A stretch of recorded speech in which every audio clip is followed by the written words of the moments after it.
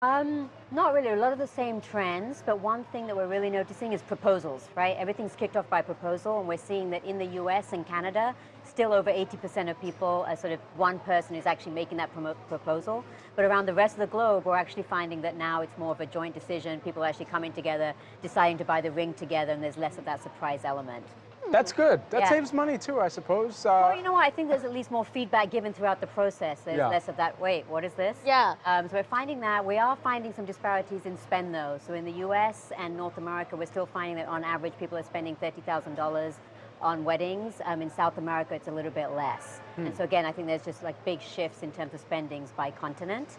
And then also time spent, right? So again, in North America, we find a lot of people are actually spending on average 14 to 15 months. In South America, they're doing it in almost half that time in terms of starting from engagement through to the wedding day. It's so fascinating, the fact that people are in other countries looking at the proposal as more of a joint thing. I mean, you look at the US, like prom proposals. We're in prom proposal season. I mean, high schoolers are out doing regular proposals. It's like crazy. I think it's didn't do that that, element yeah. of it. People want that event. They want that element of surprise in the US. I think around the world, they're sort of like, yeah, sure, whatever, we're doing it. And like social media, like these extravagant, what do you call them? Scavenger hunts where like, you know what I'm talking about? I didn't know. Oh, there's He's like, no. well, you know what I'm talking, right? I mean, Absolutely. it's crazy. Yeah, like, we have a proposal site on the Not Talker, how they asked, and we have people love to sort of share their proposal stories. People love to come there and actually figure out how they get ideas on how people can get proposed to. It's So like the Game of big. Thrones. Like everyone has to create these big epic sagas. My prom Crazy. proposal was an SMS text message. Yeah, you free next Friday?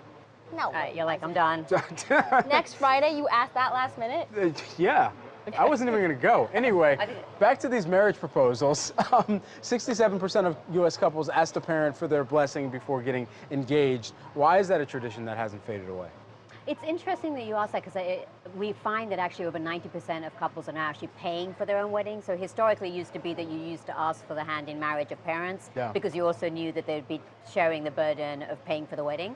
That isn't the case anymore, but I think, again, the US, there's a lot going on, but I still think people want, weddings are a very traditional event for people in terms of really representing who they are and what they stand for. And so we're also seeing a lot of people put a lot of different twists on traditions, right? So now people aren't necessarily walking down the aisle with, their father or their parents. They're really sort of deciding how they want to do it. So one of the big trends we're seeing is that people are really personalizing all aspects of their weddings, but you are right in that they still want to ask parents or let parents know.